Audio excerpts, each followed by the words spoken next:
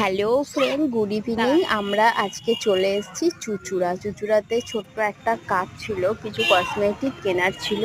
তারপরে এটা হচ্ছে ময়ূরপঙ্খী ঘাট, গঙ্গার ধারে একটা পার্ক আছে, চিলড্রেন পার্ক। সেই পার্কটাতে আমরা এসেছি। আর এই দেখো কি সুন্দর হাওয়া দিচ্ছে। তো আজকে যেহেতু মঙ্গলবার, তার জন্য পার্কটা কিন্তু একদমই খালি, কারণ বাচ্চাদের পড়াশুনো থাকে।